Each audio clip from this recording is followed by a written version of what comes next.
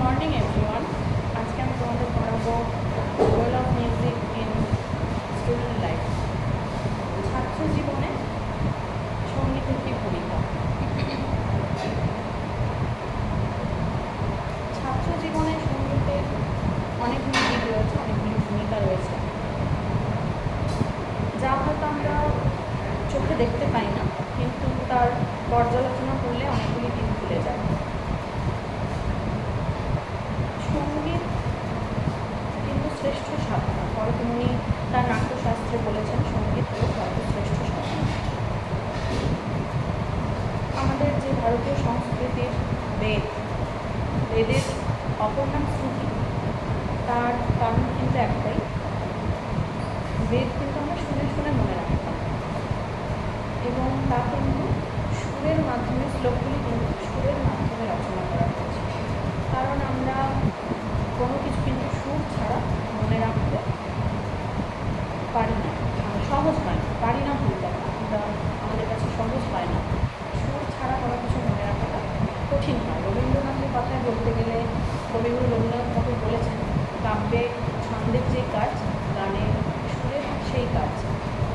গানের কথায় যখন সুর বসে যায় তখন আমাদের মনে রাখতে অনেক সহজ হয়। যেমন কাব্যের ছন্দ, আমরা ছোটোবেলাকার যত ছড়া এখনও মনে রাখতে পারি, তার একটাই কারণ, যে ছন্দ যে রয়েছে, আমরা সুর করে করে যে ছন্দ পড়েছি ছোটোবেলায়, সেই কারণে আমরা মনে রাখতে পারি। তেমনি সঙ্গীত, সর্বশ্রেষ্ঠ সঙ্গীত কিন্তু মাতৃভাষায়, মায়ের যে গোটা বিশ্বের মায়েদের যে ঘুমপাড়ানি গান, তাই কিন্তু সর্বশ্রেষ্ঠ সঙ্গীত। এবং তা কিন্তু আমাদের ছোটো থেকে শুনতে শুনতে আমরা ঘুমিয়ে পড়েছি। যখন ছোটো ছিলাম আমাদের বোধ ছিল না, জ্ঞান তৈরি হয়, এবং যত পরে বড় হয়েছি শুনেছি, আমরা সেই শুনে সুরে সুরে আমরা মনে রাখতে পারি। প্রথমেই বলবো, সঙ্গীত কিন্তু আমাদের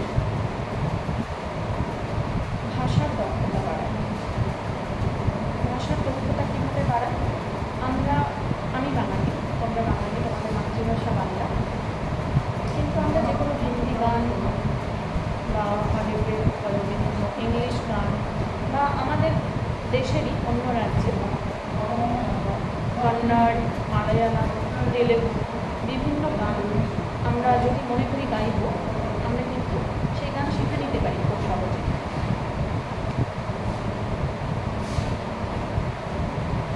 কারণ সেখানে সুর রয়েছে।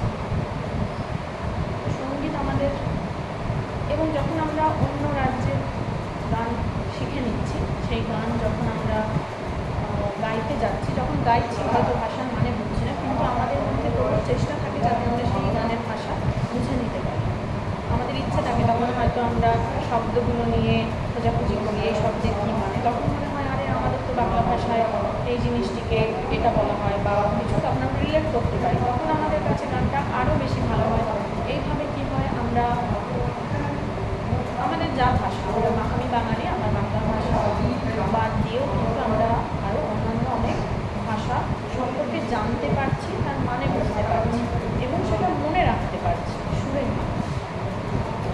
মিউজিক কিন্তু আমাদের ল্যাঙ্গুয়েজ স্কিল বাড়ায়, ভাষার দক্ষতা বাড়ায়। এছাড়া শব্দের সম্ভার আমাদের অনেক বৃদ্ধি হয়।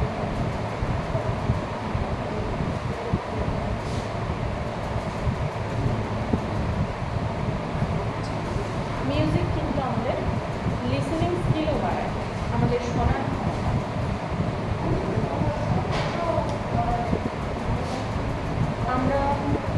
আমরা মিউজিশিয়ান যারা বা তোমরা যারা, আমরা যখন গান শুনি, তখন কিন্তু একটানা কন্টিনিউয়াসলি কিন্তু একটা প্রসেস আমরা কিন্তু শুনতেই থাকি। হয়তো একটানা, ধরো কোথাও বাসে যাচ্ছি, আমাদের টানা 2 ঘন্টা জার্নি করতে হবে, তবে 2 ঘন্টা কিন্তু গান শুনছি।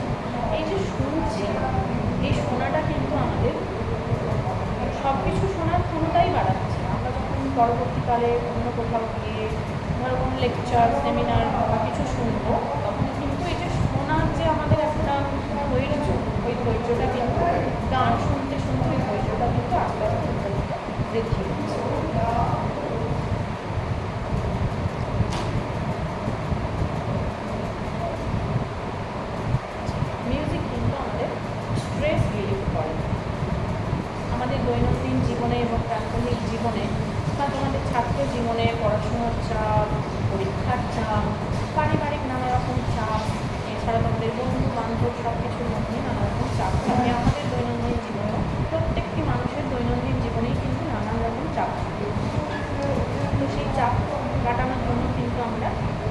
গান শুনি।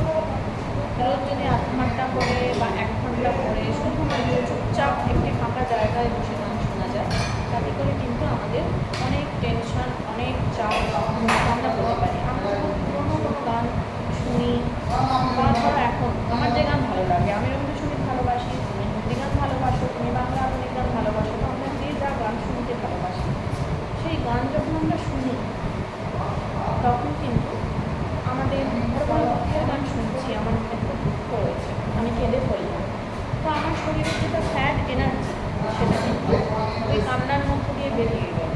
তো আমি চাপ মুক্ত হলাম, যখন আমি কেঁদে ফেললাম আমার ভেতরটা কিন্তু অনেক হালকা হয়ে গেল, চাপ মুক্ত হলাম।